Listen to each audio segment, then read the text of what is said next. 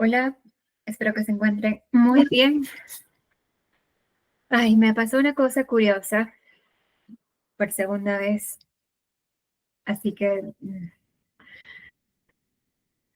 acabo de dar esta clase acerca de los últimos bloques que corresponden a la literatura española que ya hemos abordado durante estas semanas. Y me sucedió que puse grabar, pero no, no di iniciar, lo cual es una completa locura logística porque tendré que volcar la clase desde el inicio hasta el fin una vez más. Así que bueno, eso, eso es lo que les cuento.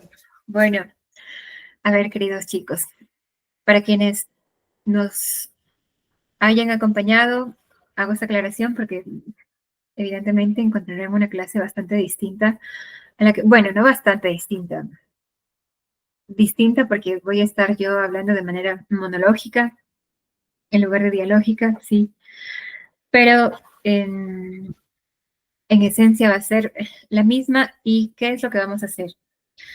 Vamos a tratar de hacer un itinerario en torno a todo el panorama de la literatura española desde el último cuarto del siglo XIX hasta la actualidad. Bien, así que, bueno, manos a la obra.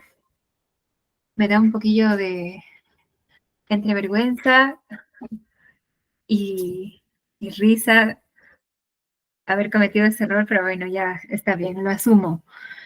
En fin, vamos a comenzar. Entonces, vamos a hacer un recuento desde el inicio hasta el final de todo lo que nos corresponde abordar en el examen, ¿de acuerdo? Entonces, esto está segmentado por los bloques temáticos que nos ha propuesto la guía de la UNED. Entonces, a ello me acojo. Entonces, habíamos visto ya el realismo y el naturalismo como el reflejo de su época.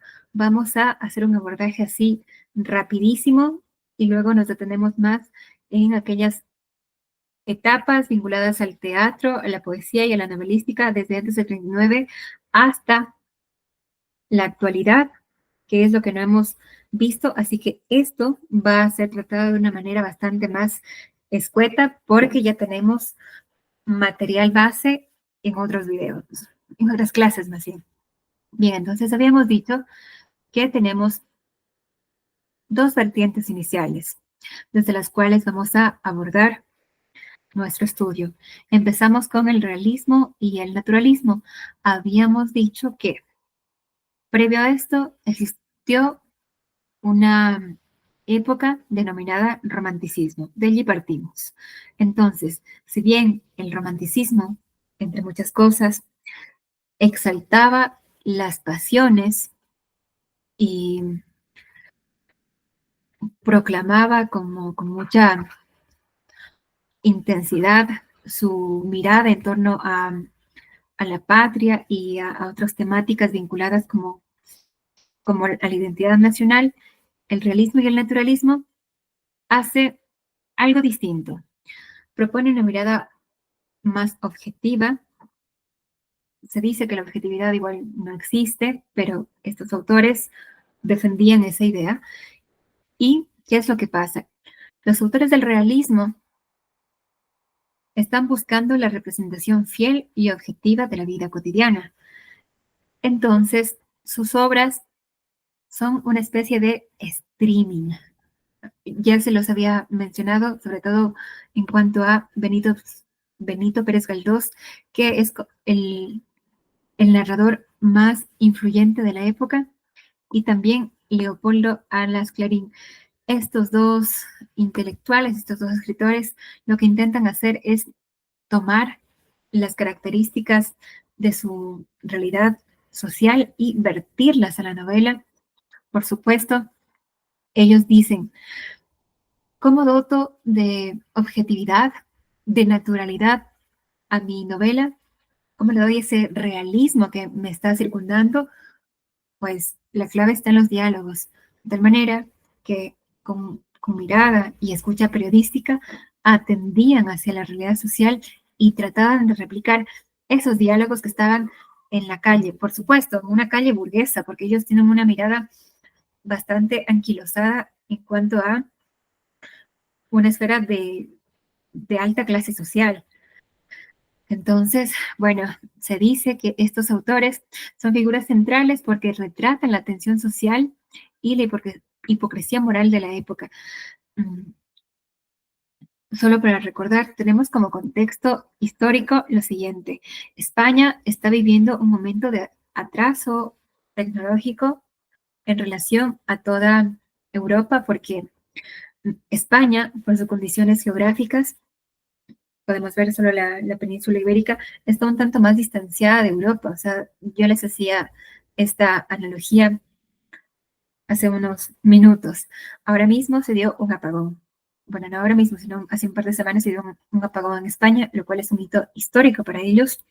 Y yo lo he estudiado un poquito, pero una de las razones por las cuales se da este apagón, no se preocupen, no me voy a meter a hablar de temas de energía como tal, sino que estoy poniendo aquí un parangón. Se da esta desconexión porque España como territorio, si bien tiene recursos para generar electricidad, está bastante desvinculada de Europa. Se supone que deberían estar enlazados con sus territorios fronterizos, al menos en un 10%, y España tiene entre un 2 y un 5%, por lo tanto, está como viviendo cierto aislamiento energético. Y miren, si pasa esto en el 2025, ¿qué estaba pasando en el último cuarto del siglo XIX? Estaban pues entonces ellos bastante más distanciados de lo que estaba pasando en Europa. De hecho, por eso es que España se ha mantenido en una posición un tanto neutral en torno a la Primera y Segunda Guerra Mundial. Bueno, en la Segunda Guerra Mundial ya toman cierto posicionamiento, pero a lo que me refiero es que por sus condiciones geográficas, ellos están bastante desvinculados de la realidad social que en ese momento está tendiendo hacia la industrialización. Entonces, decimos que en ese contexto histórico se están dando ciertas tensiones. ¿Cuáles son? Hay burguesía que se disputa el poder económico, por supuesto, contra los proletarios, los no burgueses, aquellos que son dueños de las pequeñas fábricas, porque todavía no hay tantas en España, y aquellos que están luchando por vender su mano de obra. Al mismo tiempo, hay una tensión clara entre conservadores y liberales, cosa que se hereda hasta los días subsiguientes y si no hasta la actualidad. Bien, entonces decimos que en ese gran marco de la historia empezamos ya a estudiar tanto el realismo y el naturalismo como todas las etapas, tendencias y grupos que iremos viendo. Bien, eso por una parte. Retomando la época que estamos viendo, el naturalismo, por su parte, está planteando, diría yo, una observación del realismo, pero en un 2.0. ¿Por qué? Si el realismo intentaba representar la realidad objetiva de la burguesía, el naturalismo está intentando retratar la cotidianidad de aquellos pueblos, no pueblos, sino más bien de aquellas sociedades anquilosadas en un plano más bien rural, ¿ya? Y también un tanto decadente, miserable. Bien, entonces los autores más bien destacados de esta época son Emilio Pardo Bazán y Vicente Blasco Ibáñez, pues introducen este enfoque eh, influido por el determinismo y el positivismo. Una vez más, les recuerdo que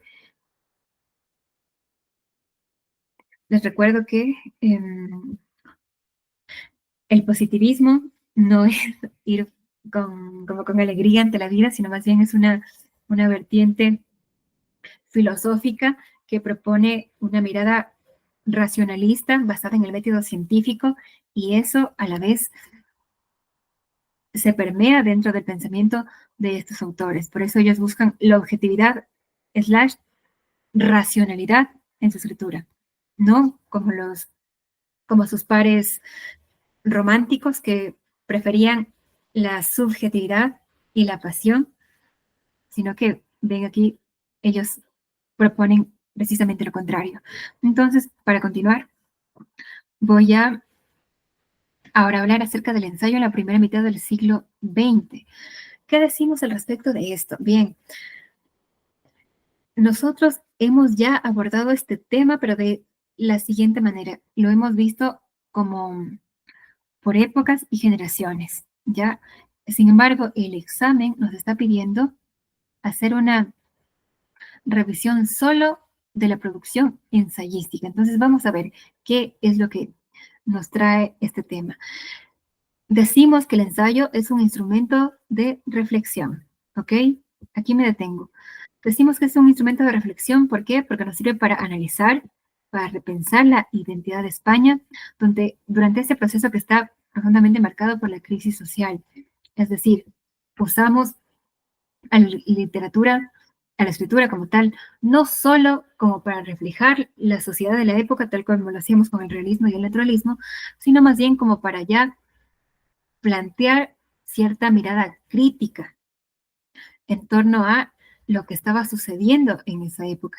Hay autores que prefieren evadirse, ustedes lo saben, porque lo hemos observado, y hay autores que prefieren poner allí un ojo más crítico ante la realidad, y ese es el caso de autores como José Ortega y Gasset y también como Miguel de Unamuno. Bien, entonces estos son dos nombres clave dentro de este, dentro de este tema.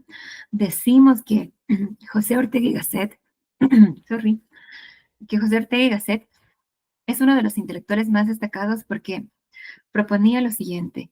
Él impulsaba un pensamiento racional, elegante y crítico en sus ensayos, en obras como La rebelión de las masas, pues él analizaba la posición del intelectual, del artista ante la sociedad.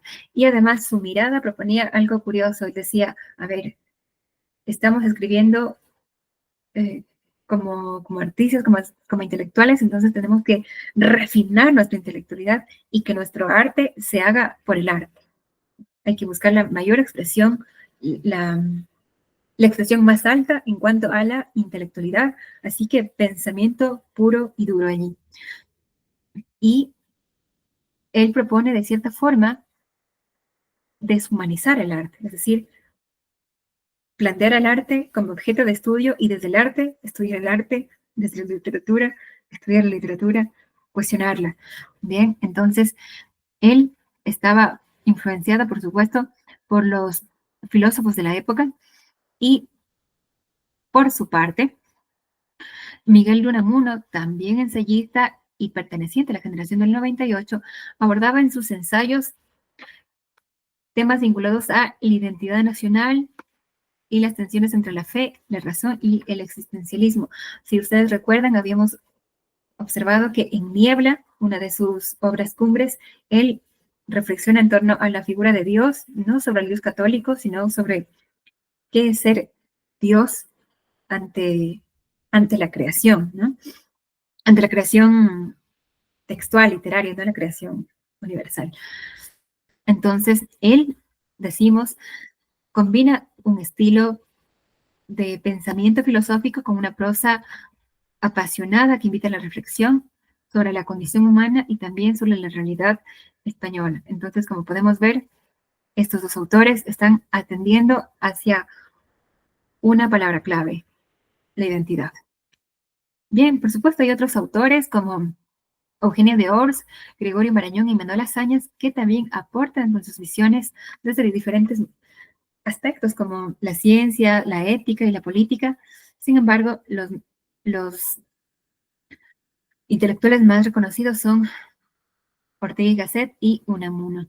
Entonces, recordando que tenemos que confrontar este tema proponiendo a dos autores y al menos dos obras clave, allí tenemos ya una pista por donde abordar.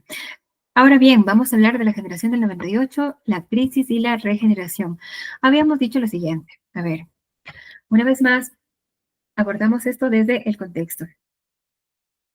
Ha pasado ya un, un tiempillo desde el realismo y el naturalismo, y lo que pasa es que se está dando un desastre llamado el desastre del 98, que tiene que ver con la pérdida de las últimas colonias españolas en Hispanoamérica. Entonces, como hay una vinculación de los intelectuales de la época con el territorio hispanohablante,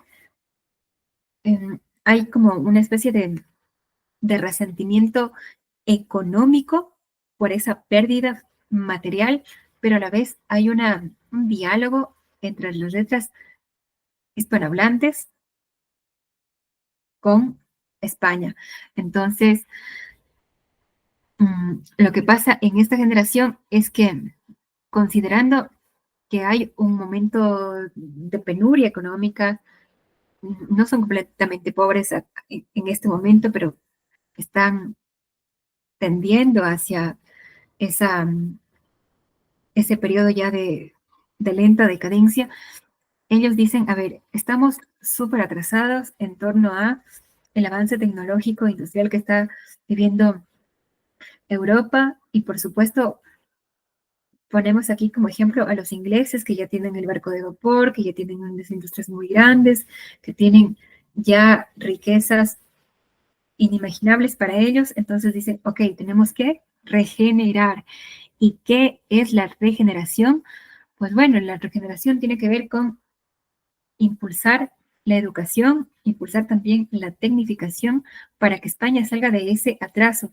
Habíamos mencionado que cierto monarca de esta época decía, pues no, a mí no me interesa que, que toda España esté alfabetizada, que toda España tenga educación. No, el diablo, eso es para las élites. Pero los regeneracionistas, los intelectuales interesados en este llevar hacia adelante a España, en ese pensar en el progreso, ponen la mirada en la educación. Entonces, intentan que la educación se dé para una mayor cantidad de personas.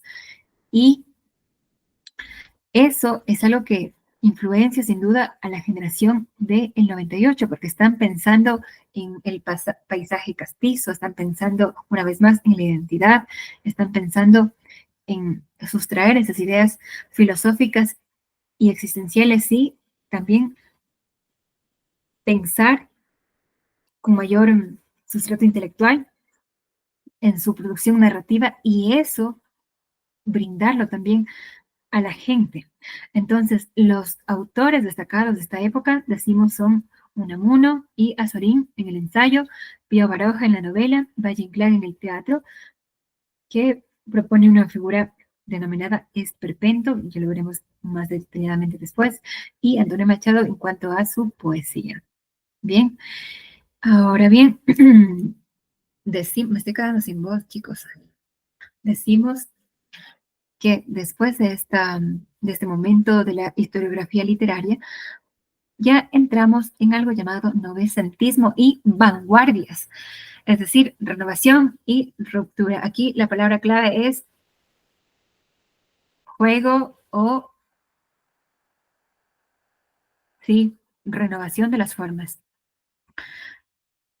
Si bien la generación anterior estaba preocupada en atender ese progreso, esa regeneración de la España, los novecentistas y vanguardistas proponen algo distinto. Bueno, los novecentistas se adscriben todavía a ese pensamiento que intenta de manera racionalista renovar la cultura española mediante la razón y la objetividad, y, y sobre todo pensando en el arte ahora ya no para la masa, sino para la minoría, para los selectos, ¿ya? O sea, verán, aquí caemos en una cierta contradicción. Bueno, no es una contradicción tanto del tema, sino,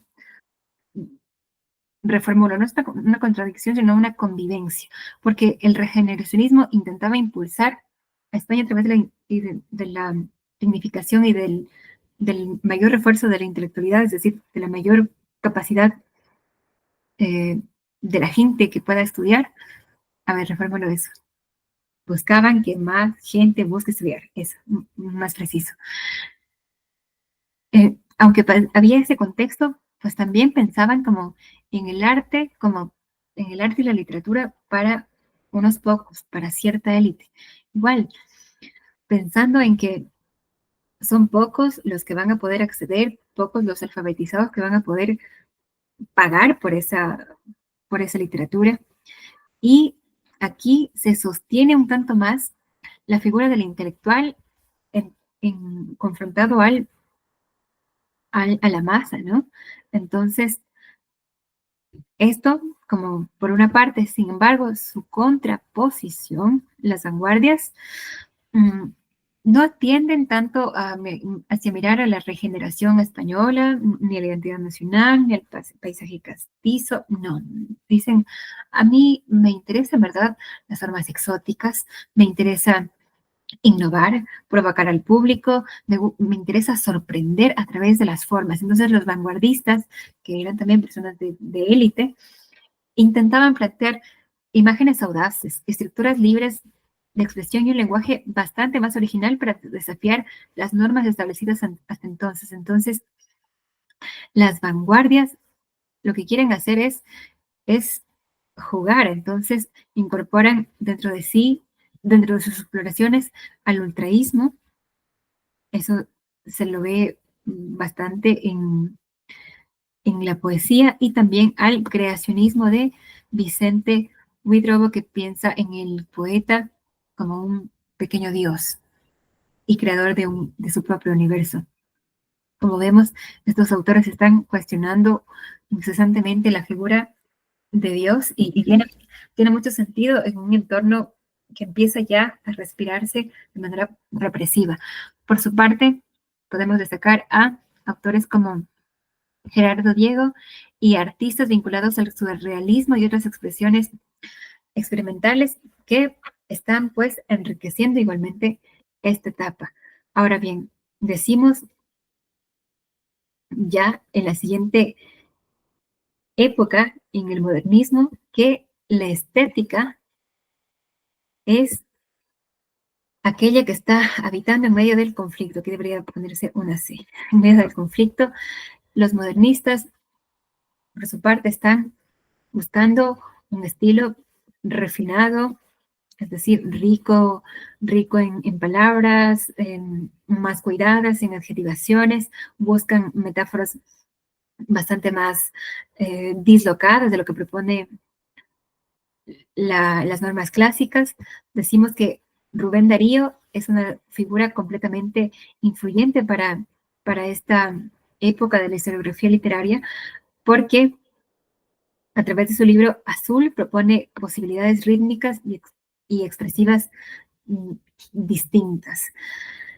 Entonces, también decimos que el modernismo o los modernistas intentaban explorar mundos exóticos. Eran artistas que se permitían viajar, tenían amplitud en cuanto a su poder adquisitivo, entonces les interesaba poner en relevancia eso, sus viajes, los paisajes exóticos, recrear algunos ambientes mitológicos, poner también allí en relevancia la sensualidad como la sensorialidad misma. Se dice que en este momento el artista es consciente de que es un artista y atiende hacia su subjetividad y hacia su sensibilidad. Recordemos que en la época anterior, José Ortega y Gasset proponía un arte que se entiende como deshumanizado porque no pone el yo en relevancia, sino el arte por el arte. En cambio, los modernistas dicen no, mi yo importa y mucho. Posteriormente, vemos a la generación del 27. Habíamos recordado que aquí tenemos a estos autores, en total son 10, por aquí les voy a hacer unas, unos garabatos, y como compañeras de la generación, aunque no fueran consideradas parte de esta generación por una mirada, digamos, de discriminación de género, no fueran incluidas, pero la crítica literaria las retomó después y vemos que si bien solo 10 autores fueron incluidas dentro de este canon, 10, no 10, muchas mujeres también estuvieron haciendo literatura, haciendo escritura en ese tiempo, fueron mujeres que también apuntaron hacia la academia, que también se formaron y que escribieron desde sus diferentes tribunas.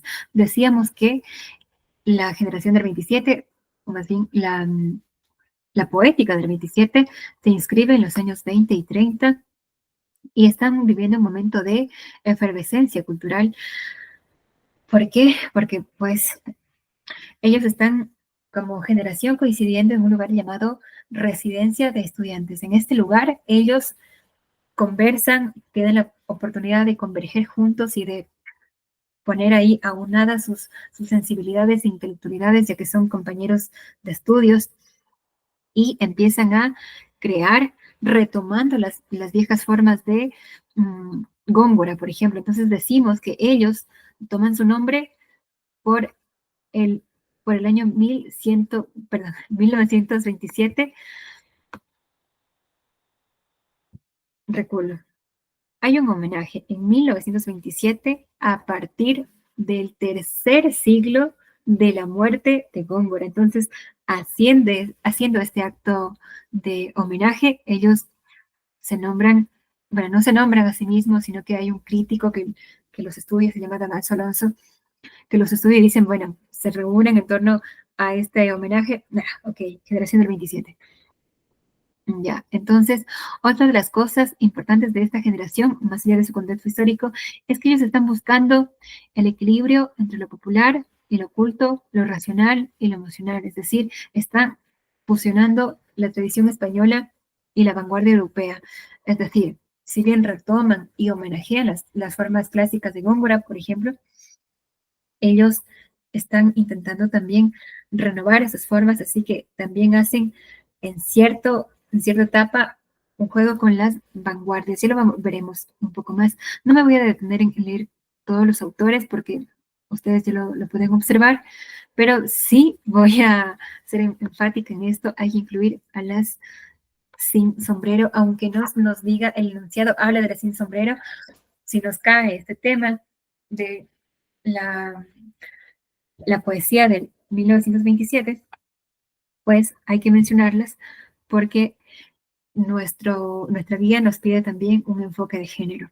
Bien, entonces, para resumir y ya seguir progresando, decimos que la generación del 27 es un grupo unido por la amistad en primera instancia, por la amistad y la intelectualidad y también por la cercanía física con la que viven y atraviesa tres etapas centradas en diferentes aristas de su trayectoria. Entonces, vamos a ver cuáles son esas etapas.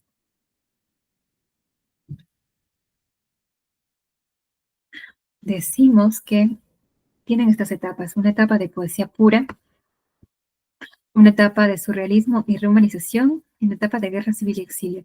En la época de la poesía pura, lo que están buscando es, pues, retomar a Góngora, plantear estructuras clásicas, ponen allí en relevancia muchísimo la metáfora, pero no una metáfora común, sino es una metáfora más dislocada, plantea imágenes bastante inesperadas, bien, y en cuanto al surrealismo, jugando todavía con la idea de la experimentación con la imagen, retoman ahora el pensamiento de Freud, que es uno de los pensadores más importantes de esa época, uno de los filósofos que, que influencia su creación y empiezan a criticar el mundo interesándose una vez más en la humanización. Ortega y Gasset decía, humanidad afuera, arte para el arte, intelectualidad aquí, arriba. ¿Qué dice esta generación? Sí, recordemos, respetemos a los clásicos, pero pongamos aquí nuestra humanidad, centremos nuestra mirada en ello, pero también juguemos, seamos surrealistas. Bien, entonces, luego de esto ya encontramos una época de guerra civil y exilio. Aquí es una de las etapas más cruentas que vive esta generación, porque son blanco de amenazas, de persecución, de hostigamiento y de muerte. De hecho, ya lo habíamos visto, es García Lorca, uno de los poetas también recordados con mayor melancolía, precisamente porque fue fusilado por causas personales.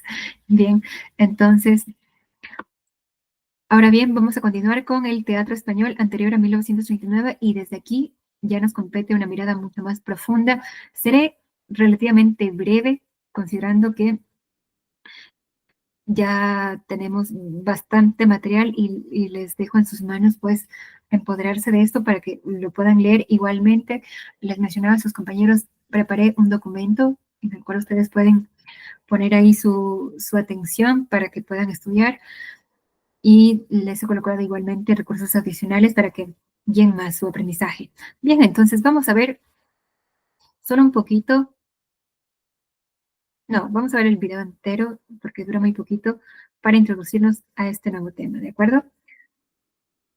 Voy a intentar ser lo más concisa posible en esta exposición.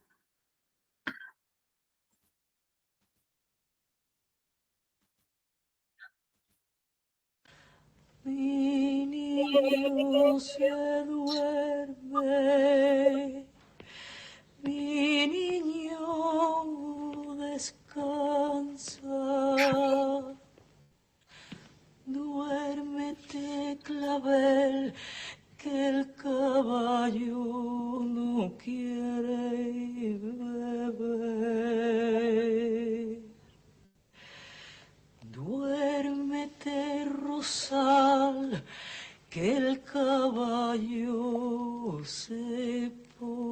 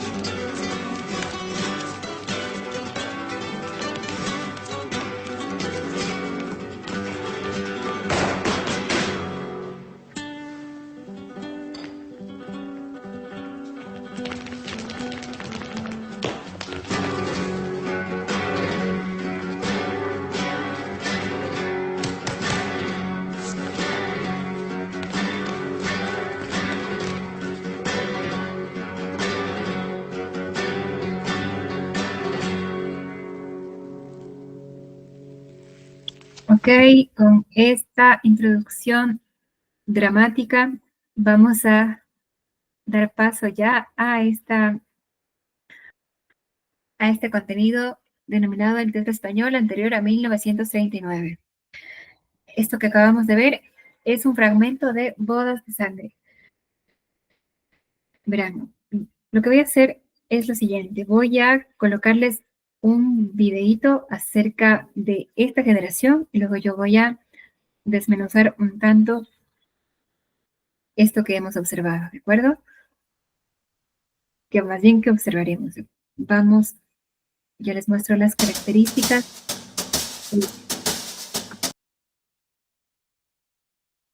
Esto que sirva de forma de introducción y ya lo desmenuzamos. Ah, ya sé. Ahora los comparto.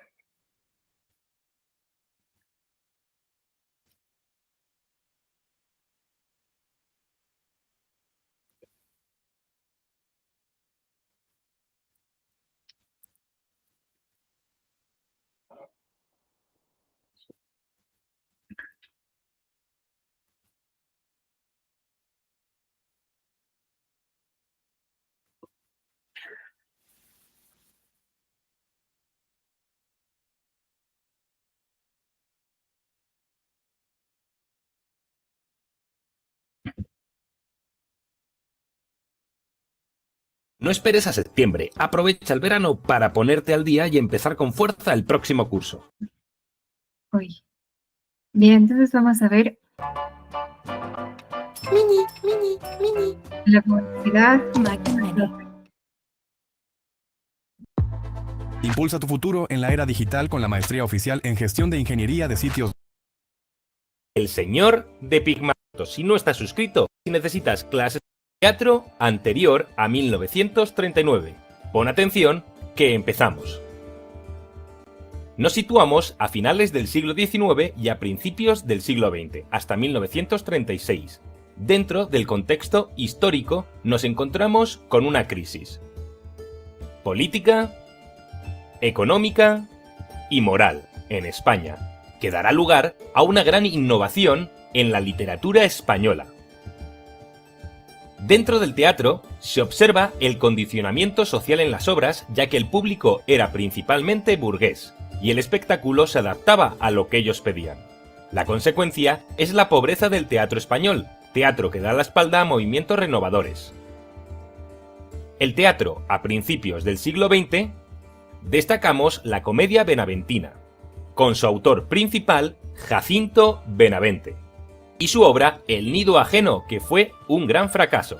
También escribió La malquerida y Los intereses creados. Paralelamente nos encontramos con la comedia costumbrista, marcada por los sainetes, composiciones de tema humorístico y popular. Destacamos a los autores Carlos Arniches, con su obra El santo de la Isidra. Los hermanos Quintero, con su obra Malvaloca. Y el mismo Arniches va a crear la tragedia grotesca, que describe con cierto aire crítico la sociedad en la que se nos presentan personajes caricaturescos y trágicos a la vez. Destacamos La señorita de Trévelez. Igualmente, Pedro Muñoz Seca impulsa La astracanada, mezcla de género chico y vodevil. Su obra más conocida es La venganza de Don Mendo. También destacamos el teatro poético. Está escrito en verso e influido por el modernismo y con las mismas características ornamentales y de cierto conservadurismo temático. Destacamos los hermanos Machado, con su obra La Lola se va a los puertos. O el autor Eduardo Marquina, con su obra En Flandes se ha puesto el sol. La generación del 98 llevó a cabo una serie de intentos renovadores, con autores como por ejemplo Unamuno, con su obra Fedra, o Azorín, con su obra Lo invisible, y sobre todo Jacinto Grau, con su obra El Señor de Pigmalión. Pero será Valle Inclán quien destaque en este periodo. Se dice que él supo ver más allá de su tiempo debido a la originalidad de sus obras, debido a sus temas y estéticas diferentes, sus planteamientos radicales, la riqueza y expresividad de su lenguaje. Al inicio de su obra teatral, Valle Inclán entra dentro de la corriente modernista decadente. Destacamos su obra Comedias Bárbaras. Y este ciclo culmina con la obra Divinas Palabras. Alrededor de 1920, Valle Inclán desarrolla el esperpento, un género propio basado en la deformación de personajes y valores con el que denuncia diversos aspectos de la sociedad. Los personajes son grotescos, semejantes a marionetas, y usa frecuentemente los contrastes, lo cómico contrapuesto a lo trágico. Las obras esperpénticas son la trilogía Martes de Carnaval y Luces de Bohemia. Está caracterizada por un gran número de personajes, por sus escenas grotescas y por la crítica que se realiza a la España del momento. En cuanto al teatro de la generación del 27, se produce un acercamiento del teatro al pueblo y se crearon compañías teatrales como, por ejemplo, La Barraca, que pretendieron dar una educación teatral al público. Los autores más importantes son Alejandro Casona, con su obra La Dama de Alba; Max Au, con su obra San Juan. El autor más destacado es Federico García Lorca. Este tiene un teatro poético donde suele predominar como tema dominante el enfrentamiento entre el individuo y la autoridad. En sus obras predominan las protagonistas femeninas. Destacamos la trilogía rural, Bodas de Sangre, Yerma y La Casa de Bernarda Alba. Las tres presentan rasgos comunes como la ambientación en el campo andaluz, el desenlace trágico o la mujer como protagonista. Y hasta aquí el tema de hoy. Espero que te haya gustado. Te dejo los apuntes en la descripción por si quieres echarles un vistazo. Ya sabes que puedes apoyar el canal uniéndote como miembro o en Patreon. Y echa un vistazo a la página web que la actualizamos continuamente. Aquí te dejo una lista de reproducción que te puede ser útil. Suscríbete y sígueme en mis redes sociales. Nos vemos mañana. Chao, chao, bacalao. Listo. Ok, entonces les vuelvo a compartir la presentación inicial.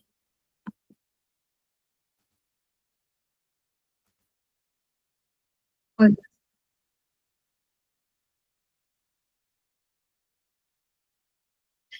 Bien, entonces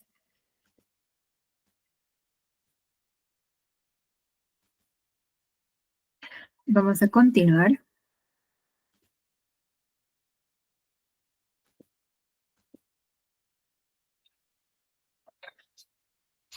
Vamos a continuar. Para ello, vamos a ver lo siguiente. La guerra civil termina con la victoria total de los sublevados. Lo que comenzó en... A ver. Bien, entonces habíamos considerado la introducción de aquello que vamos a tratar en este momento. A ver, decimos lo siguiente. El teatro español, anterior a 1939, está dado en el primer tercio del siglo XX. Entonces decimos que este teatro no sigue el ritmo de la innovación a la que estaba adaptándose Europa entera, y muchos críticos coinciden en que, salvo excepciones como las de Valle Inclán y García Lorca, la calidad literaria de esta generación en verdad es bastante baja, porque no hay tanta producción teatral, considerando la escasa materialidad o la escasa riqueza que hay en ese momento, y también, como habíamos apuntado al inicio, la disgregación de España en el contexto europeo, es decir, están bastante aislados. Entonces, la producción teatral se divide en dos grandes líneas. Decimos que una está orientada al gran público, con fines principalmente comerciales, y otra está más bien orientada a un público minoritario y bastante más exigente. Decimos que el teatro popular incluye tres grandes tendencias: un drama burgués, espérenme, o no, un drama burgués, también un teatro costumbrista y también un drama en verso modernista. ¿A qué nos referimos con esto? Decimos que el drama burgués, heredera del el realismo del siglo XIX, intenta reflejar aquello que está aconteciendo en la realidad social de ese momento, y destacan obras como Los intereses creados, por supuesto, considerando que la producción dramatúrgica es tan pequeña en ese momento, se crea obras de teatro para quienes pueden pagarlo, quienes que son pues burgueses. Y también llamamos a, a una de estas tendencias el teatro costumbrista, que tiene una raíz romántica y busca entretener al público, es decir, aquí el enfoque está en el sentido del humor. Hay algo llamado astracán, que tiene que ver con una puesta en escena de personajes bastante más caricaturescos que están moviendo a la risa, al sentido del humor, pero usando personajes que están como un poco estereotipados y, y que no tienen grandes reflexiones críticas en torno a la sociedad, sino que más bien intentan pues eso, mover a, a la burla.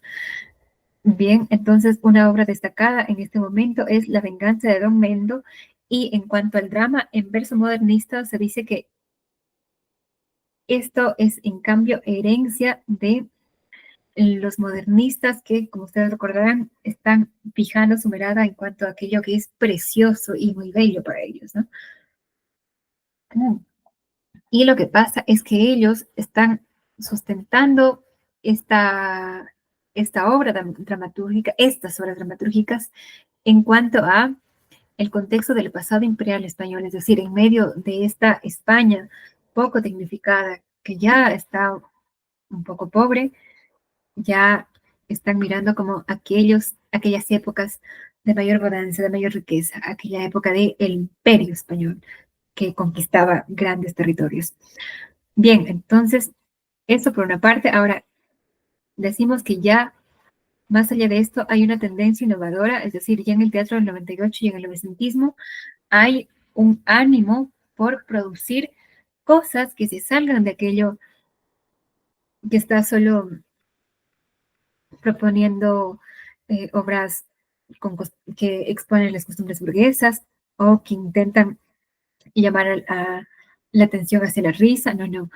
A Valle Inclán lo que le interesa es crear una cosa extrañísima llamada el esperpento, es decir, es una figura monstruosa, una figura que a uno le causa cierto espanto, cierto repudio. Entonces sus personajes ya no son humanos normales, sino son humanos decadentes, golpeados por cierta realidad. Entonces, por ejemplo, en su obra cumbre, Luces de Bohemia, cuenta el fracaso, la decadencia de un escritor llamado Max Estrella, que está prácticamente degradado, aunque en algún momento vivió una época de esplendor. Entonces, solo para echarle un vistazo, vamos a ver esto.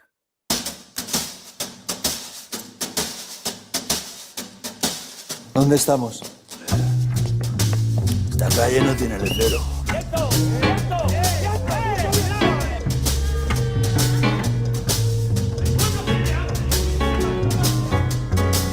La Academia me ignora y soy el primer poeta de España. ¡El primero! No vengo a pedir nada. Vengo a exigir una satisfacción y un castigo. Usted es un poeta. Y los poetas somos aristocracia. Vargas, conduzca ese kurda al número 2. A este habrá que darle para el pelo, lo cual que sería lástima, porque debe ser hombre de mérito. ¡Canallas! Y esos son los que protestan de la leyenda negra. Los que tienen a su cargo la defensa del pueblo. Y a esto llaman justicia a los ricos canallas. Ya he transmitido la orden para que se le ponga en libertad. Es preciso huir de la bohemia. Está opulento. Guarda 2 papiros de piel de contribuyente. ¿Aceptas? ¿Qué remedio? ¡Yo soy el verdadero inmortal! Bueno, esa es francamente una publicidad de Luces de Bohemia. A mí me da un montón de ganas de ver esta obra. La he abordado de manera solo teórica, pero les invito también a verla, porque esa es una forma también de hacer el conocimiento más cercano a su experiencia vital. Así que, por favor, échenle un ojito por allí, que está disponible en internet. La he visto en varias versiones recientes y no tan recientes. Ahora bien, vamos a continuar. En cuanto a la generación del 27, decimos que estos autores también estuvieron cultivando el teatro. Entonces exponemos, por ejemplo, a Salinas, Alberti y sobre todo a García Lorca. Decimos que aquí el referente más importante y quizá el más destacado a nivel internacional es Federico García Lorca, pues él está vinculando a elementos líricos y surrealistas a lo largo de 3 etapas. Ahora lo vamos a ver. Decimos que tiene estas etapas, una etapa llamada inicial, vanguardista y otra de plenitud. Yo les hago la analogía esta, como imagínense que García Lorca tuvo, en cuanto a su crecimiento artístico, lo siguiente. Lorca al inicio, en su etapa inicial de mayor juventud, era como un niño que experimentaba y jugaba con el teatro de dedos. De hecho, a eso se refiere cuando uno dice obras de Guiñol o títeres de Cachiporra, es decir, jugaba con historias que pudieran llevarse a escena con títeres, como si fuese un niño. Bien, de tal manera que al inicio su producción dramatúrgica vinculaba la mezcla del verso, de la prosa, y eso fue cimentando lo que sería su producción dramatúrgica como tal. Luego, en la etapa vanguardista, cuando él ya estaba un poco más juguetón, yo diría como un Lorca con ganas de experimentar, con ganas de beberse el mundo. ¿Qué estaba haciendo? Ya en la década de los 30 intenta pues ya vincular algunos elementos del surrealismo. Recordemos que el surrealismo bebe de la fuente inicial, que es la filosofía freudiana, y Lorca tiene un buen amigo que es Salvador Dalí, y con él empieza a hacer creación audiovisual. De hecho, hay un corto maravilloso que se llama Un perro andaluz, y propone unas imágenes bastante dislocadas, un ojo que se sale. Ese tipo de creación bastante anquilosada en el sueño, ¿no? Una cosa bastante inesperada. Y de hecho, García Lorca también juega con ese mismo sentido como de la irrealidad, del surrealismo, en su poesía. Por ejemplo, al inicio de Poeta en Nueva York dice asesinado por el cielo. Tiene una potencia de imagen bastante inusual y maravillosa, ¿no? Entonces, bien, decimos que luego de esta etapa de vanguardismo, Lorca se entrega a una etapa de plenitud en la cual ya consigue hacer 3 de sus obras más importantes: Bodas de Sangre, Yerma, La Casa de Bernarda Alba. Lo interesante de Lorca es que él propone historias en donde pone como centro a la mujer. En esa época, pues la mujer estaba relegada a un rol bastante doméstico. Si bien había mujeres que estaban estudiando, que ya estaban dentro de la academia, no estaban siendo muy reconocidas. Entonces él dice, ¿qué pasa con una mujer que no puede tener hijos? Crea Yerma. ¿Qué pasa con una mujer que después de enlutar, de enviudarse, tiene a su carga muchas hijas y quiere llevarlas, meterlas allí, sumirlas en un mar de luto a ellas también, y negarles la posibilidad de la vida? ahí nace La casa de Bernarda Alba. ¿Qué pasa con una mujer que está presagiando la muerte de su esposo? Entonces ahí nace en cambio Bodas de Sangre. Ahora vamos a ver de manera panorámica también qué es lo que hacía Lorca en cuanto a su dramaturgia. Aquí, sobre todo este video, vamos a observar qué es lo que hacía en cuanto a su teatro más vanguardista, pero lo interesante de este recorrido en torno a Lorca es que se recuerde que él estuvo creando y que fue uno de los exponentes que nos legó varias obras que se siguen revitalizando aún hoy. Yo he visto un par de sus obras, son verdaderamente maravillosas.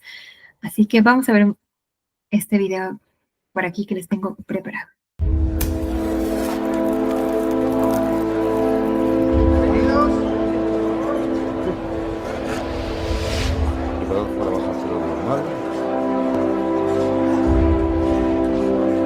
El espectáculo va.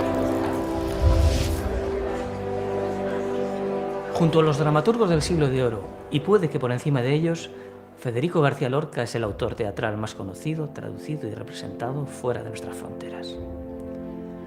La cultura española está fuertemente unida al nombre de Lorca. Cuando hablamos de Federico, inmediatamente vienen a nuestra memoria obras como La casa de Bernarda Alba, Yerma, Bodas de Sangre, obras todas muy conocidas, fuertemente enraizadas en la cultura popular y al mismo tiempo dotadas de una gran altura poética. Pero junto a este Lorca universalmente reconocible hay otro Lorca, el difícil, el vanguardista, el autor de obras que él mismo calificó de irrepresentables. El propio autor habló así de ellas a la prensa a su llegada a Buenos Aires en 1933. Una de ellas es un misterio dentro de este género, un misterio sobre el tiempo, escrita en prosa y verso. La traigo en mi valija, aunque no tengo pretensión de estrenarla. Se refería a Así que pasen 5 años. En cuanto a la otra, que se titula El público, no pretendo estrenarla en Buenos Aires ni en ninguna otra parte, pues creo que no hay compañía que se anime a llevarla a escena, ni público que la tolere sin indignarse. Mi pieza no es una obra para representarse, es, como ya la he definido, un poema para silbarlo. En efecto, Lorca era muy consciente de que estas dos obras, El público y Así que pasan 5 años, no se ajustaban al teatro convencional que imperaba en los escenarios españoles durante la dictadura de Primo de Rivera. Un teatro estrecho de espacios y de miras, limitado en recursos y temas, complaciente con los públicos aburguesados que lo pagaban y aplaudían. Lorca tuvo ocasión de confirmarlo en las primeras lecturas de estas piezas que realizó personalmente entre amigos como la propia Margarita Sirgu, quien abiertamente le dijo que resultaba incomprensible, aunque se arrepintió años después. En estas dos piezas encontramos al dramaturgo que siempre intentó cambiar y renovar la escena de su tiempo en cuanto a los temas, las formas, los géneros y sobre todo en cuanto a la relación con los espectadores. Pudiste ser para mí potro de plomo y espuma, el aire roto en el freno y el mar atado en la grupa. Tú pudiste ser un relincho. El poeta ya consagrado que era García Lorca, el músico, el pintor, el juglar recitador que fascinaba a sus oyentes, abrieron paso a este García Lorca, dramaturgo y director, que dedicó los últimos 6 años de su vida a participar activamente en la renovación que necesitaba el teatro español. Se apoyó, por supuesto, en esas disciplinas que ya conocía y dominaba, poesía, plástica y música, a las cuales se había sumado la fascinación por el cine desde El paseo de Buster Keaton y Viaje a la luna, mediada la década de los 20, y la exploración del teatro de títeres a través de su ciclo de farsas. Ambas piezas contienen elementos reconocibles del estilo genuinamente lorquiano, tan anclado en lo popular y tan acertadamente alimentado del mejor teatro clásico español. Pero García Lorca añadió a su depurada técnica toda la fuerza de los movimientos vanguardistas que surgieron en aquella Europa de entreguerras. Ya se había acercado al simbolismo y al modernismo. En estas dos obras toma también recursos del surrealismo y del expresionismo. En lo puramente dramático, García Lorca explora los límites de la teatralidad en el mismo sentido que autores como Luigi Pirandello en 6 personajes en busca de autor, y por si todo esto fuera poco, rompe las fronteras de la realidad y de la ficción, desbordando los marcos del sueño y la realidad con la ayuda de una imaginación más poderosa que nunca. A mí no me importan las discusiones sobre el amor ni el teatro. Yo lo que quiero es vivir, amar. El público, y así que pasen 5 años, fueron obras concebidas al mismo tiempo como partes de un todo. Junto con Poeta en Nueva York, son la base de lo que conocemos hoy como ciclo neoyorquino en el conjunto de la obra de Federico García Lorca, dado que aquel viaje supuso una experiencia fundamental para él. Allí tuvo ocasión de ver sobre los escenarios un teatro magnífico, bueno y nuevo, como él mismo contó, acorde a su tiempo. Federico García Lorca regresó más convencido que nunca de la necesidad de encontrar nuevas vías para un teatro español que agonizaba entre telones pintados y los intereses de un público aburguesado. Así se comprende mejor por qué se arremangó y emprendió poco después las batallas de la barraca. En esta línea hemos de entender los fragmentos que nos han llegado de la Comedia sin título, pieza que Lorca ensayó en 1936 con el Teatro Club Anfístora para estrenarla después bajo el título de El sueño de la vida. Al igual que hicieran muchos artistas e intelectuales de su época, Federico García Lorca intentaba poner su granito de arena en la modernización del país que se había emprendido en aquellos años. En este momento dramático del mundo, el artista debe llorar y reír con su pueblo, llegó a decir. En un momento dado de esta obra, la multitud alzada en armas se acerca al teatro y la actriz grita: «¡Cierren las puertas, ciérrenlas!». Pero enseguida el autor ordena que se haga exactamente lo contrario, que las abran. El teatro es de todos. Esta es la escuela del pueblo. El público español ha tenido que esperar más de 50 años para ver en escena al fin este teatro irrepresentable. Así intentamos todavía hoy que suceda aquello por lo que luchó el poeta en vida, como cuando un personaje del público se dirige a los presentes y les dice: «Pasad adentro, pasad con nosotros, tenéis sitio en el drama, todo el mundo». Ok, gracias por la atención. Espero que estén muy atentos todavía. Ahora bien, vamos a continuar. Habíamos dicho a través de este, más bien observado, a través de este breve documental, que Lorca planteó cierta ruptura porque si bien en la misma época en la que se estaba, en la anterior y con la que estaba conviviendo Lorca, se pensaba en la creación artística como un arte para minorías. Lorca, si bien estaba como al inicio homenajeando las obras más clásicas, privilegiando la intelectualidad, luego amplía su mirada y dice: no, o sea, el teatro tiene que ser para todos.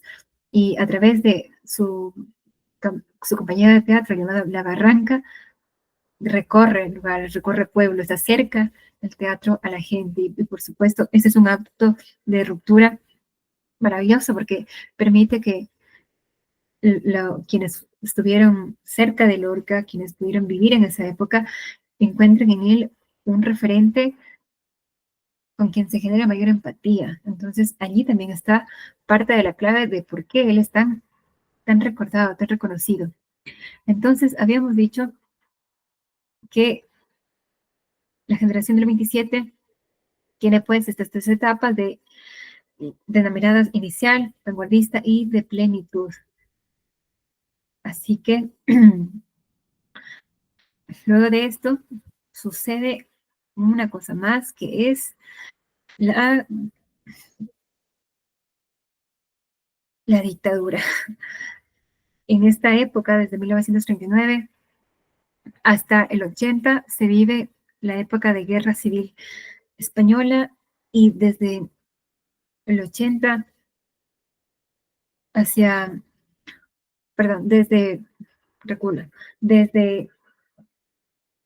antes del 39, todo lo que se enmarca en antes del 39 está mediado por la guerra civil española y todo aquello después del 39 hasta el 80 está más bien mediado por el franquismo. Entonces vean que hay dos etapas cruciales, como hitos históricos, que permean de manera directa a la creación literaria y artística. Entonces también, por eso no es que sea tan gratuito que nos pidan estudiar los bloques de esa manera, porque tanto el franquismo como la guerra civil impactaron de manera radical y frontal la creación. Clases particulares en Ávila por Miguel Fernández Collado. Bien, entonces, ¿qué es lo que vamos a hacer? Solo como para entender un poquillo más del contexto histórico, vamos a ver qué es lo Comienza el curso escolar y lo que está pasando en esta época. Vamos a empaparnos más acerca de la Guerra Civil Española. Es importante entender este contexto porque esto marca la forma de afrontar las obras de los escritores en estos momentos. La guerra civil termina con la victoria total de los sublevados. Lo que comenzó en julio del 36, con un golpe de Estado contra la República, acaba con la instauración de una dictadura. Su líder es Francisco Franco, el generalísimo. ¡Arriba España! ¡Viva España! Casi 3 años de lucha encarnizada han destrozado España. La guerra civil deja más de 100.000 soldados muertos. Más de 200.000 civiles asesinados lejos del frente. Miles y miles de españoles masacrados por los bombardeos, los fusilamientos, la represión. Los defensores de la República, derrotados y perseguidos, parten hacia el exilio. Más de 500.000 de españoles dejan atrás su tierra. Muchos, para no volver. Mientras, los ganadores de la guerra celebran su victoria con ceremonias, actos y desfiles multitudinarios en honor del caudillo y sus ejércitos. El jefe del Estado español pasó revista a las fuerzas legionarias y arengó desde la tribuna a estos hombres que sintieron invadida su historia y su cultura por la presencia rusa.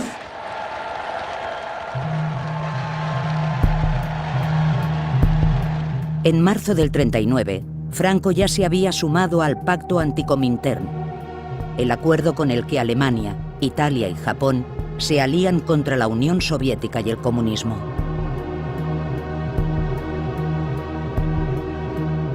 Y en mayo del 39, Franco cumple la promesa que le había hecho a Mussolini, y España abandona la Sociedad de Naciones. Ese mes, el caudillo despide a la Legión Cóndor, la fuerza militar alemana que luchó junto a los sublevados. Sus aviones habían bombardeado Guernica y otros muchos pueblos y ciudades.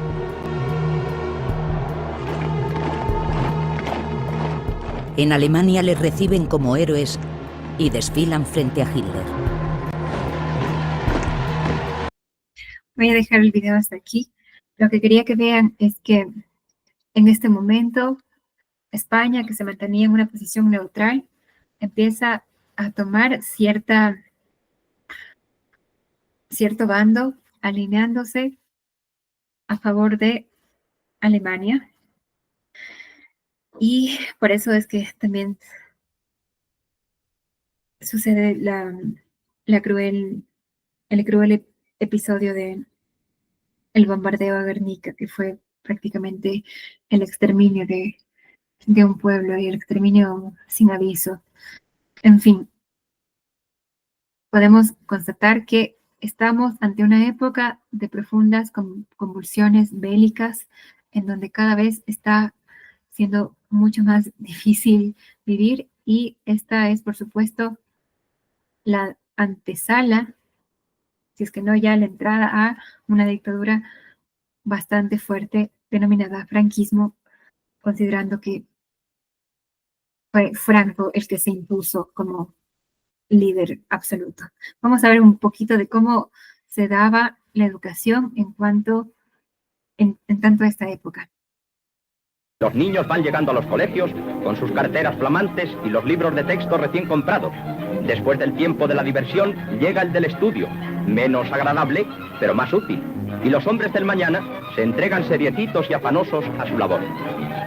Antes de entrar a clase se cantaba el Cara al Sol en el patio. Cara al Sol lo cantábamos así, claro. Cara al Sol, sí. Cara al sol con la camisa nueva que tú bordaste rojo ayer, hallarás la muerte si te llega. No me hagas hacer esos símbolos que no me gustan. Si no te vuelvo a ver.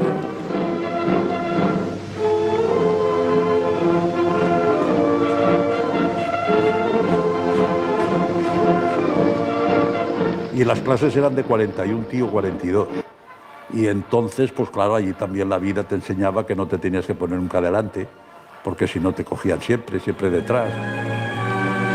Lo primero que hacíamos era rezar el Padre Nuestro antes de empezar la clase.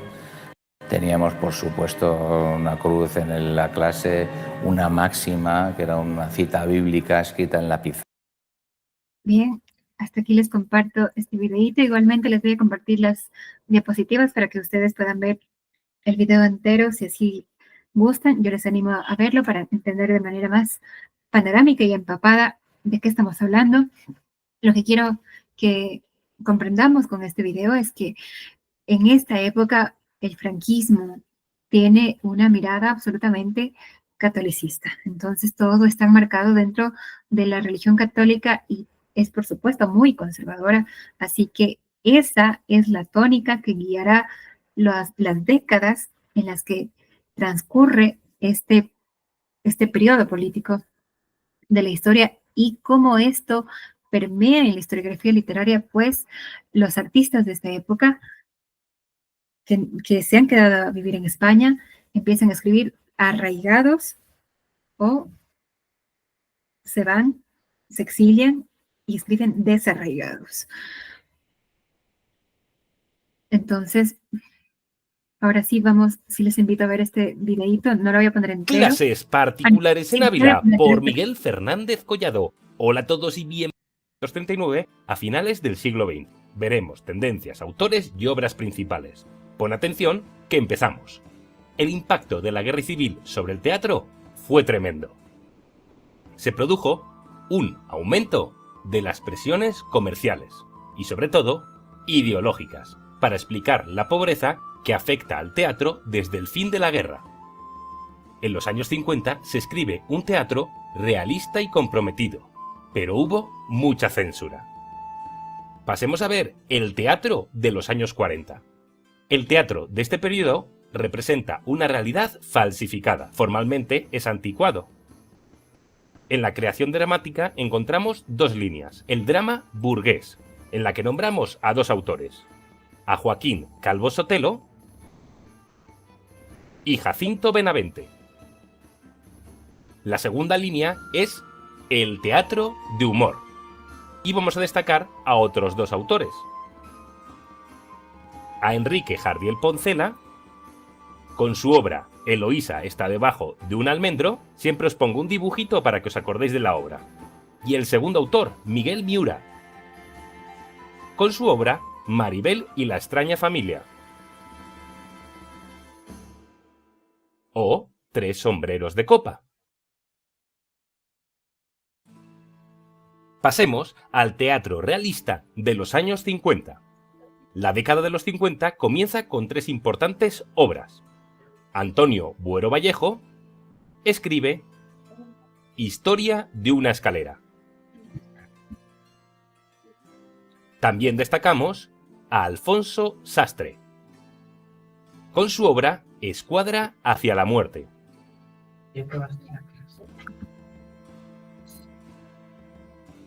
Lo que nos quiere transmitir este tipo de teatro es un existencialismo que más tarde deriva en la preocupación social. Sus temas tratan de los problemas de obreros y gente humilde, mostrando así las desigualdades sociales. Muchas obras no llegaron al escenario. Esto se llama teatro soterrado. Destaca el realismo. La escena imita espacios cotidianos con rasgos costumbristas. Sobresale en este periodo Buero Vallejo. Su género preferido es la tragedia. Con ella pretende la catarsis del espectador. También destacamos... Voy a interrumpir este video para ir desglosando lo que estamos viendo aquí para que no se quede solo en lo audiovisual. Entonces, igualmente les invito a observar esto de manera total, ustedes en sus hogares. Bien, entonces vemos que en este momento de la creación dramatúrgica se da lo siguiente. Decimos que tras la Guerra Civil Española, el teatro es un género literario completamente perjudicado. ¿Por qué? Porque hay, como habíamos mencionado, una fuerte censura, hay ausencia de autores innovadores y todo aquello que había inoculado García Lorca y Valle Inclán se ve parado. ¿Por qué? Porque los empresarios teatrales que estaban financiando estas obras para el público empezaron a complacer solo a las clases más altas, quienes podían pagar por este tipo de actos de entretenimiento. Y esto condiciona los contenidos y desarrolla el teatro de una manera bastante delimitada. Entonces vamos a ver cómo se desarrolla.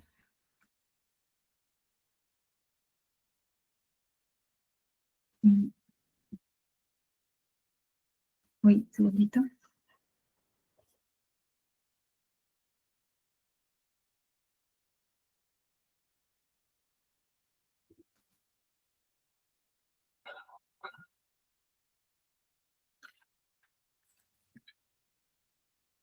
Se me congeló un poco la pantalla.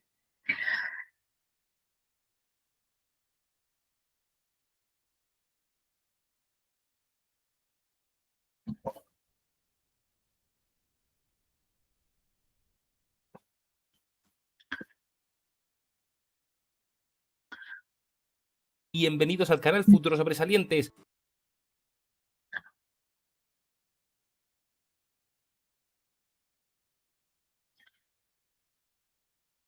No me corre, regálenme un segundo.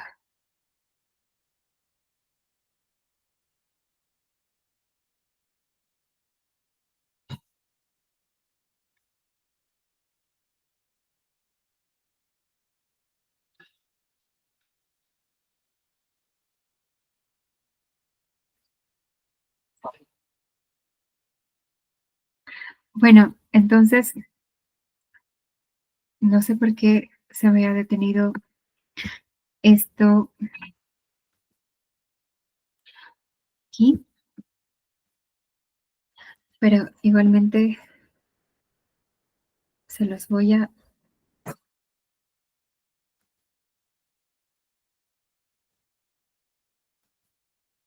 Uy.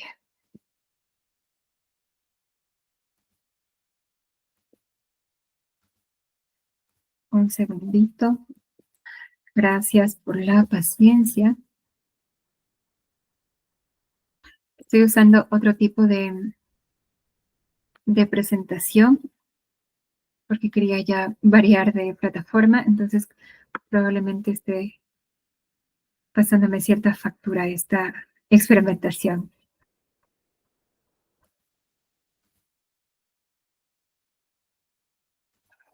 Bien, les vuelvo a compartir pantalla.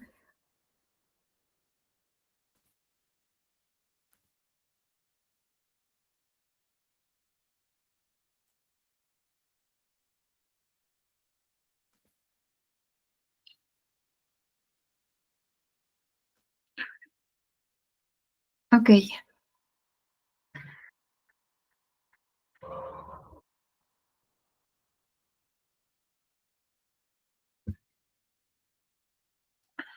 Listo. Ahora sí, estamos otra vez listos. Muy bien, decíamos entonces.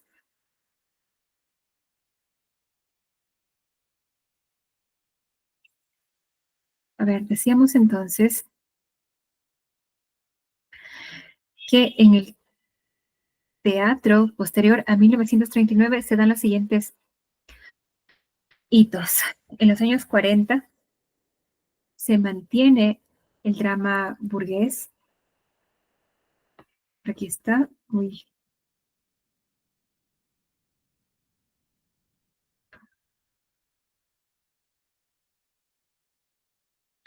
Bueno, desde aquí.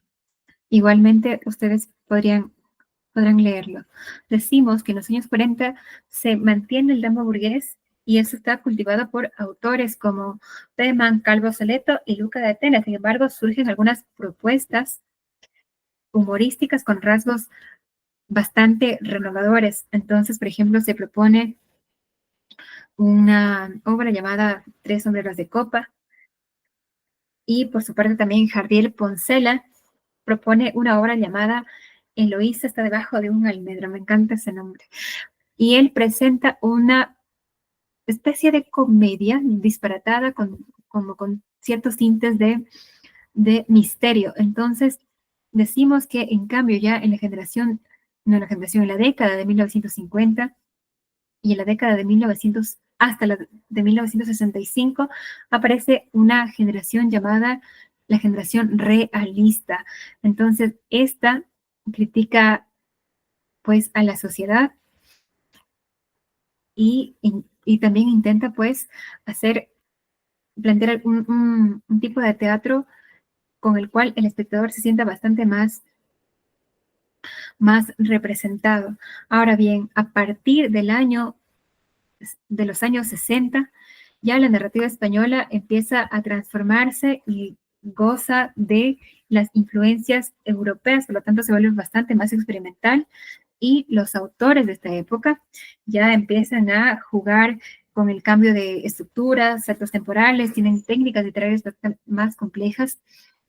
Por ejemplo, tenemos una obra que se destaca aquí, es Tiempo de silencio de Luis Martín Santos, y también títulos como Señas de identidad de Juan Goytisolo son obras que logran destacar en ese momento y se puede decir en términos bastante reduccionistas que este momento de la creación dramatúrgica está, si bien perjudicada por la ausencia de autores innovadores, se está intentando continuar con la creación mediante el nacimiento de nuevos colectivos que tratan de diversificar un tanto la creación dramatúrgica y también, recordando que esta es una época bastante convulsa, intentan hacer obras que rindan o que den cuenta de esa memoria social que están viviendo, que están experimentando. Bien, ahora, considerando que algo que convive con la época es la novela, vamos a hablar de manera bastante breve acerca de la novela desde el 39 al 74. Voy a compartirles un trocito así pequeñito de este video y luego provocará una apertura a la influencia que empezó. Las etapas históricas se correlacionan con diferentes modos de creación novelesca. Destacamos la novela existencialista de los años 40. Durante los años 40, España se caracteriza por la represión política, el aislamiento internacional y la precariedad económica. Se publican novelas triunfalistas, relatan el conflicto desde la perspectiva de los vencedores, y novelas de evasión, asuntos sentimentales. Aunque en esta época destacan las novelas de corte existencialista en las que se describe una realidad crítica y dolorida de España. Pasemos al muro de autores. Destacamos a Camilo José Cela, con su obra La familia Pascual Duarte. Y también a Carmen Laforet, con su novela Nada. Vayamos ahora a ver la novela social de los años 50. A principios de los años 50 surge en España la generación del medio siglo, mediante la cual los miembros que la integran pretenden denunciar la situación con el objetivo de que la gente tome conciencia de las injusticias y de las desigualdades y que contribuya a su erradicación. Son años en los que se inicia en España una apertura al exterior y un mayor desarrollo económico. Esta novela social se caracteriza por el objetivismo mediante el uso del narrador oculto, un diálogo que refleja el habla coloquial, un protagonista colectivo, normalmente un grupo social, y un espacio y tiempo que se encuentran concentrados en la novela. Vayamos ahora al muro de la novela social. Destacamos a Camilo José Cela, con su obra La colmena. También destacamos a Miguel Delibes, con dos obras. En primer lugar, Los santos inocentes, y en segundo lugar, El camino. Voy a interrumpirlo aquí. Igualmente les invito a terminar este video de manera autónoma. Entonces vamos a revisar algunos datos que nos permiten entender el contexto de la novela desde 1939 hasta 1980, que son los años que tenemos que abordar. Entonces, una vez más, recordemos, estamos viendo una época que resurge, más bien que se mantiene vigente escribiendo tras la Guerra Civil. Entonces, en esta época, la narrativa española se divide entre autores que están escribiendo de manera interna a nivel de España y también escritores que están desde afuera, que son denominados los escritores del exilio. Entonces, los escritores que están viviendo dentro de España están escribiendo bajo una permanente censura, y aquellos que están en el exilio sí están escribiendo pues con relativa libertad, pero por supuesto bajo un velo de nostalgia, y critican de forma directa al régimen franquista. Ahora bien, es evidente que quienes están en el interior están sujetos a la censura y están condicionándose hacia esa escritura que no se salga del margen, que no incomode al régimen, que no incomode a quienes están pues leyéndolo. Sin embargo, hay autores que de manera muy hábil han podido poner allí algunos símbolos que permiten evidenciar que hay una crítica bastante más velada. Entonces, ¿qué es lo que está pasando en la creación novelística de esta época? Vamos a hacer un recuento desde los años 40. Decimos que en los años 40 hay una novela existencial. El auge de esta novela se da por influencia de los filósofos existencialistas de la época, y un paradigma claro de este tipo de novelística es Carmen Laforet. Yo les he hablado bastante de Nada, que tiene que ver con una joven que va hacia Barcelona, emigra y da cuenta de esa España de posguerra que tiene mucha ruina dentro de sí, y a la misma en el mismo entorno, cómo convive con compañeros que tienen bastante más privilegio económico, y cómo se siente pues ella permanentemente hambrienta, y literalmente hambrienta, ¿no? Entonces, esta es una novela icónica en cuanto al tratamiento del existencialismo, porque es un personaje que continuamente se pregunta como por su lugar en la vida, y que constantemente da cuenta como de una angustia existencial, no solo propia de la juventud, sino de esa época en la que ella está pues coexistiendo. Entonces decimos que luego de este auge de la novela existencial se da la novela social, ya propuesta desde los años 50. La novela social, como su nombre lo propone, consolida una narrativa crítica con un enfoque centrado en los conflictos sociales. Entonces aquí destaca, por ejemplo, Camilo José Cela, quien publica La colmena, que es un libro en verdad muy bello, y a este tipo de novela se le llama novela coral porque propone varias historias con varios personajes que están siguiendo, si bien una trama en común, pues evidencia como un recorrido vital por varios personajes que parecen como cantar de forma coral a la vez. Bien, entonces decimos que este tipo de novela social tiene dos etapas. Una primera etapa que está todavía muy hermanada con el enfoque existencialista, y una segunda etapa que tiene un compromiso político-social más evidente. Entonces aquí encontramos como las destacadas a El Jarama y Entre Visibilios de Carmen Martín Gaite. Posteriormente, ya en los años 60, encontramos una época de renovación experimental. ¿A qué nos referimos con esto? Estamos hablando ya de un intento por incorporar en el estilo literario técnicas innovadoras. Entonces aquí ya la narrativa se complejiza. ¿Por qué? Porque ya no se plantea narraciones lineales, sino que ya se propone monólogos interiores, hay rupturas temporales, hay el uso de polifonías. Entonces, esto se dice que está influenciado también por las corrientes narrativas europeas y, por supuesto, del boom latinoamericano. Recordemos, ¿por qué el boom latinoamericano está dialogando con la creación novelística española? Se podría indicar que por la lengua, porque compartimos la misma lengua en común y porque hay un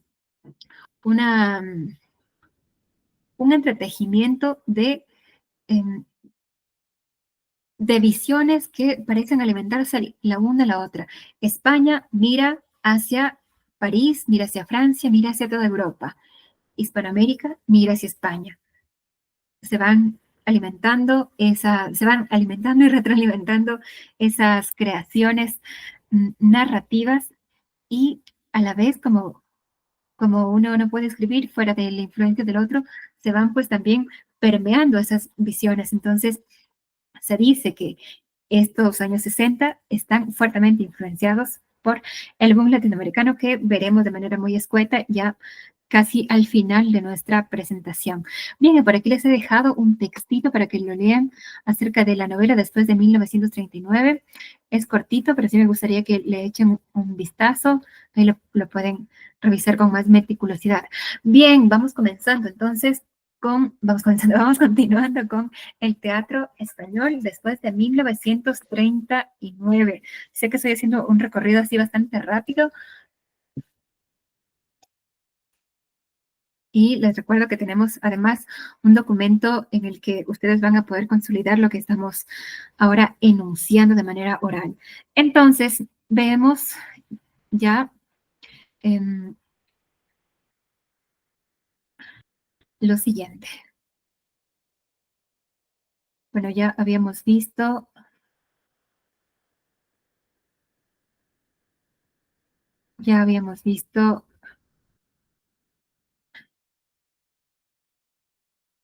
todo lo concerniente al teatro. La mayoría de escritores e intelectuales se piden del país. 39.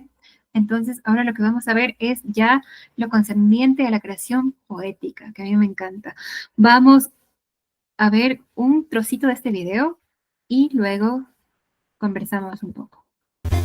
Al igual que hicimos en otros temas, dividiremos el periodo en 4 etapas. Años 40, 50, 60 y 70 hasta el final. Venga, pues empecemos por la primera etapa, años 40. El país está para tirarlo a un río. Se acaba de terminar la guerra y España tiene el pack premium de crisis, además de que sufre un aislamiento internacional que flipas. El conflicto ha hecho que la mayoría de escritores e intelectuales se piden del país. Salinas, Cernuda, Alberti, Machado y otros directamente han muerto durante la guerra, como Lorca y Unamuno. Así que con todo esto se crean dos corrientes. La poesía arraigada, que es de corte fascista, tiene una visión más optimista, con temática amorosa, religiosa y paisajista, da al máximo al soneto. Además puedes poner como curiosidad que sus componentes se llamaban a sí mismos Juventud Creadora. Y dos de sus autores más pros son Leopoldo Panero, que va a ser Neo, con Canto Personal, y Luis Rosales con La Casa Encendida, que es Morfeo.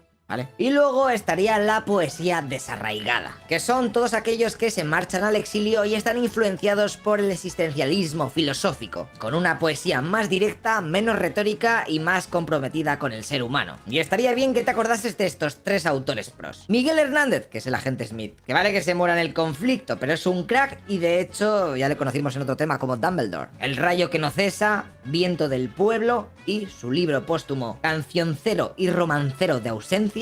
Eso, vamos, si no lo pones es que vas a palmar. Después estaría Vicente Alexandre con Sombras del Paraíso, en donde manifiesta su dolor porque el humano se está alejando de la naturaleza. Y por último, Damaso Alonso con Hijos de la Ira, en donde se desahoga mostrando todo el dolor de su época. Venga, pues nos vamos a la siguiente etapa, la de los años 50. Aquí hay cierta apertura y desarrollo económico, mejorando las condiciones de vida. Así que eso se ve reflejado en que la poesía social se vuelve trending topic, queriendo mostrar la verdadera verdadera realidad del ser humano y del país, denunciando las injusticias para transformar el mundo, pasando del yo al nosotros. Aquí los temas son la preocupación por España, el recuerdo y la superación de la guerra civil, con un lenguaje coloquial y directo. Aunque, eso sí, muchas veces la censura hace que los autores tengan que refinarse al máximo para colocar sus mensajes, haciendo más difícil la comprensión de su texto. 3 autores de esta etapa son Blas de Otero, que va a ser el gemelo número 1, con Pido la paz y la palabra. Luego tenemos a José Hierro con Cuánto sé de mí. Y por último a Celaya con Cantos íberos. He puesto al tío de las llaves porque era un jefazo. Venga, pues pasamos a los años 60. Aquí se desarrollan grandes amistades entre los niños de la guerra. Algunos de sus autores son Claudio Rodríguez, que va a ser la Belucci,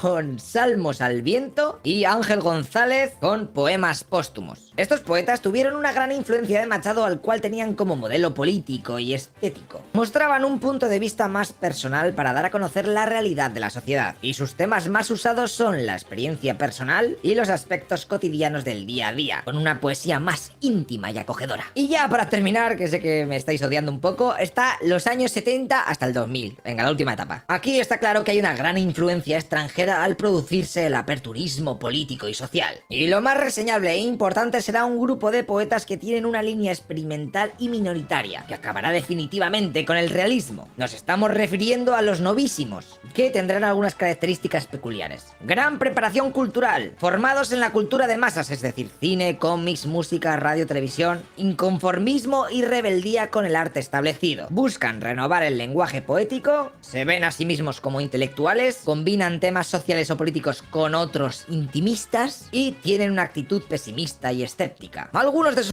Aquí voy a dejar este video.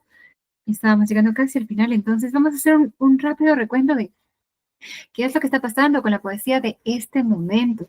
Bien, después de la guerra civil, decimos que se da una doble voz poética, es decir, una voz que se enmarca desde el exilio y otra desde el interior del país. Los poetas exiliados, como Emilio Prado, Rafael Alberti y Juan Ramón Jiménez, abordan temas existenciales. Vemos también que lo hacía la novelística, y lo hacen pues desde la distancia.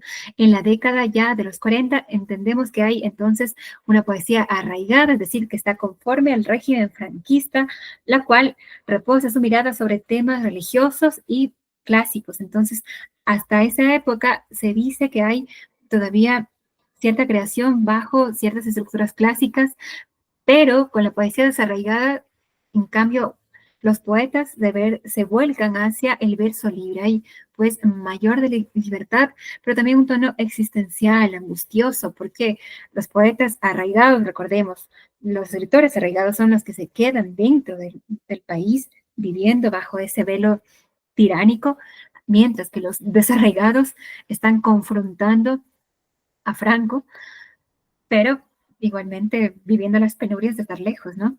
Entonces, decimos que dentro de esa coexistencia entre poesía arraigada y desarraigada encontramos también la poesía vanguardista. Entonces, recordemos, la palabra vanguardia nos dice a nosotros juego, experimentación, así, experimentación pura y dura. Entonces, esta creación poética está sustentada en un lenguaje bastante más experimental. Ustedes recuerdan estos libros que yo les mostraba de estos poemas que de pronto dislocaban sus imágenes en la página, ya no se escriben de manera lineal, sino que ya proponen un juego visual, ya hay una mirada mucho más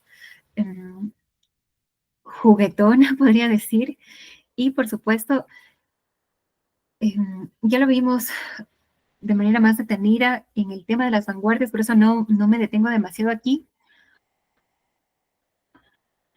Así que voy a continuar. Alguien importante de la poesía vanguardística es Gloria Fuertes, que si bien escribe poesía infantil, propone algunos temas como bastante profundos. A mí me encantaría que la lean porque de verdad que merece la atención y el esfuerzo. Ahora bien, vamos a la década de los 50. Decimos que aquí ya surge una poesía social y mediante este tipo de poética ya se denuncia lo que está pasando y se intenta manifestar cierto tipo de conciencia contraria a lo que está pasando con el régimen. Por supuesto, los escritores de esta época lo hacen con los poetas de esta época lo hacen con mucha valentía, pero también pasándose estos libros un tanto en secreto. Hay un documental maravilloso que ejemplifica esto. Igualmente voy a intentar dejarles eso en el documento que les he preparado. Bien, decimos que en esta década hay un lenguaje claro, directo, y se está, por supuesto, poniendo en el blanco de la creación a los temas políticos y sociales. Alguien que destaca muchísimo en esta generación es Blas de Otero. Ángel González, no lo he mencionado aquí, pero también es importante. Y bueno, también estos otros poetas destacados. Ahora, en la década de los 60 decimos que si bien los poetas en la década anterior estaban mirando de manera colectiva, ahora se miran a sí mismos. Entonces, hay una poética denominada del yo. Entonces, hay autores destacados como Ángel González, Gil de Viedma, Valente. A mí me encanta Valente, les recomiendo muchísimo su lectura, que proponen romper con esa poesía social.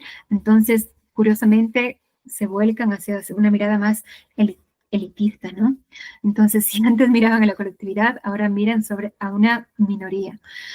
¿Qué pasa ahora ya en los años 70? En los años 70 está sucediendo una poesía experimental, culturalista, neosurrealista, le llaman también a este tipo de creación, poética del silencio, poética de la conciencia, y aquí hay una libertad total para crear, y no tienen un programa estético común, es decir, intentan ellos diversificarse. Entonces son poetas que tienen un contingente de conocimientos mucho más amplio, como veíamos en el video, son poetas que tienen muchas influencias dentro del cine, de la música, entre otras artes. Entonces ven cómo se permean todos los conocimientos allí para ellos también proponer una forma poética de ruptura.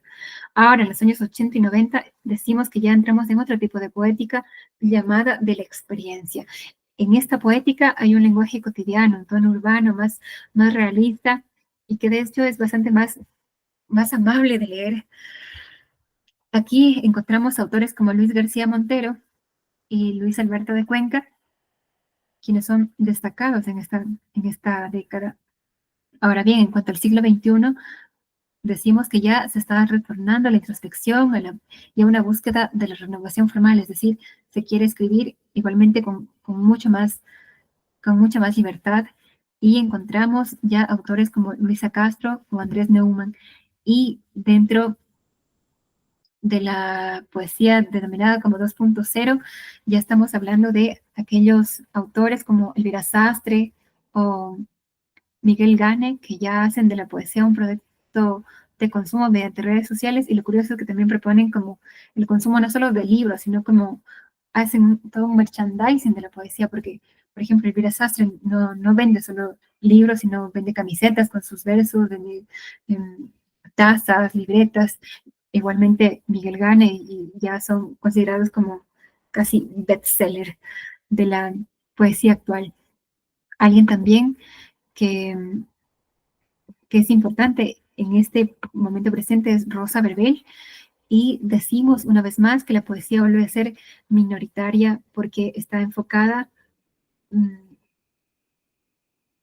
no para pocos, pero su consumo sigue siendo, pues, de cierta manera menor a los otros géneros. Y lo curioso es que también aquí destacan voces muy jóvenes.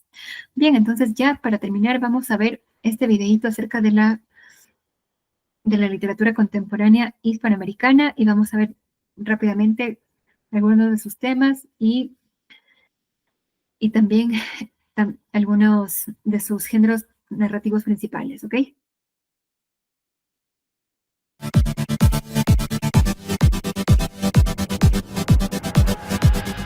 Conozcamos de inmediato el contexto histórico y cultural. Al hablar de literatura contemporánea en Hispanoamérica, nos ubicamos en la mitad del siglo XX e iniciamos un recorrido interesante hasta nuestros días.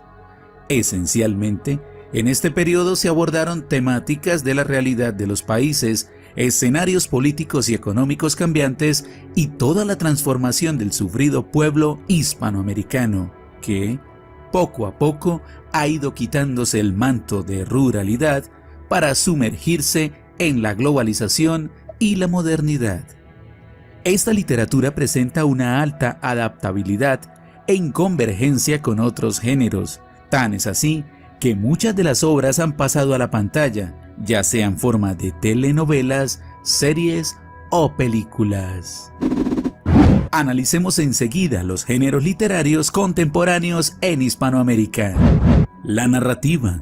En este género destacará la novela. Sin duda y por excelencia, la novela será la preferida por los autores, puesto que, mediante la narrativa, es más sencillo hacer un relato exacto, desgarrador y sobre todo muy realista en cuanto al acontecer del pueblo latinoamericano. Pese a que la intención original es la estética, la cortina de la ficción no podrá evitar que las injusticias, la violencia y los sucesos dolorosos sean vistos en primerísimo primer plano por parte del lector. Para resumirte, te contaré que, gracias a este género, varios premios Nobel de literatura fueron otorgados a autores de este lado del mundo. La lírica. En esta podemos observar una poesía comprometida, con mensaje de fondo y autores con una burbujeante postura política. Símbolos de la literatura universal tales son los ejemplos de Pablo Neruda y Octavio Paz, ambos con premio Nobel en sus bolsillos, polémicos, inquietos intelectualmente y desde luego inspiración e ícono para otros escritores de la lírica hispanoamericana. La dramática. No tan nutrida como la narrativa, la dramática estará bajo la sombra de la novela. En tiempos más recientes destacará la elaboración de libretos para cine y televisión, en una dinámica más inclinada a lo... Voy a dejar este videito aquí, pero por favor les encomiendo que ustedes continúen con este tema en su hogar. Entonces vamos a ir haciendo una visita a los temas recurrentes en la literatura hispanoamericana. Decimos que la literatura hispanoamericana del siglo XX experimenta una transformación profunda marcada por la búsqueda de la identidad.